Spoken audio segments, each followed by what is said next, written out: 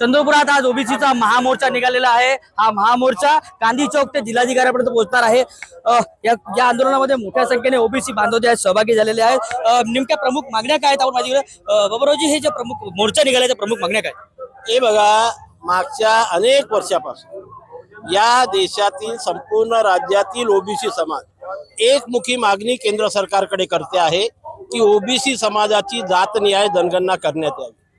अनेक दिवसाच्या अथक परिश्रमानंतर मागच्या वर्षी केंद्र सरकारने कॅबिनेटमध्ये निर्णय घेतला, जाहीर केलं की येणाऱ्या जनगणनेमध्ये आम्ही ओबीसीची जातनीय जनगणना करणार म्हणजे करणार। पण जनगणना सुरू झाली, पहिला टप्पा पूर्ण झाला, त्याच्यामध्ये ओबीसीचा कॉलम नाही, जातीचाही कॉलम। ओबीसीचे घरं नाही आहे का? ओबीसी रस्त्यावर राहतो का? हा आमचा केंद्र सरकारला प्रश्न। मग एससी एसटी आणि अदर लोकांच्या घराची गणना होती, ओबीसीच्या घरांची गणना का नाही? आणि म्हणून पहिला टप्पा पूर्ण झाला।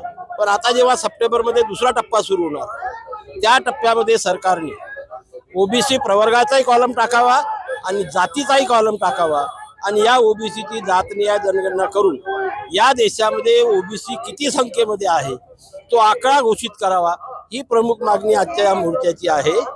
दुसरं असं आहे की नुकतं 14 मे 2026ला एससी एसटी आणि ओबीसी या तिन्ही प्रवर्गावर अन्याय करणारा शासन निर्णय सरकारने घेतला की जे एससी एसटी प्रवर्गातील विद्यार्थी त्यांना ज्या काही संविधानाने सवलती दिलेल्या आहेत त्या सवलतीचा फायदा घेऊन अर्ज करत असतील तर पुढे स्पर्धा परीक्षेमध्ये ते किती टॉपवर आले तरी त्यांची नियुक्ती एससी एसटी आणि ओबीसी मध्येच होईल। यापूर्वी जर आम्ही स्पर्धा परीक्षेमध्ये आमचा पोरगा टॉप झाला तर आमची नियुक्ती ओपन मध्ये होत होती। तो तशाच प्रकारे पद्धत सुरू ठेवावी आणि 14 मे 26चा शासन निर्णय त्वरित रद्द करावा। शासनाने आमच्या याच्या खाली येऊन स्टे दिला, आम्हाला स्टे नको, आम्हाला रद्द पाहिजे, तो रद्द कराव्या। प्रमुख दोन मागण्यासाठी आपला मोर्चा। अशोक भाऊ, हा आंदोलन आहे, नेमकं आंदोलन कशासाठी आहे, काय मागण्या आहेत? दोन प्रमुख मागण्या या महामोर्चात आम्ही केल्या आहेत।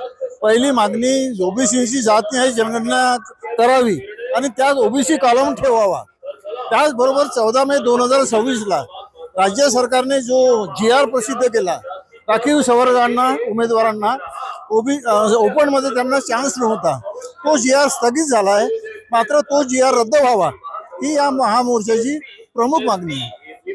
तर ओबीसी जो महामोर्चा आहे तो महामोर्चाचा महत्वाची मागणी म्हणजे आहे की तो 14 मे 2026चा जो GR आहे तो रद्द करावा। ती जातीय जनगणना आहे, त्या जनगणनेमध्ये जो कॉलम आहे तो ओबीसीचा कॉलम असावा, ही प्रमुख मागणी या मोर्चाची आहे। शेख, मराठी, चंद्रपूर।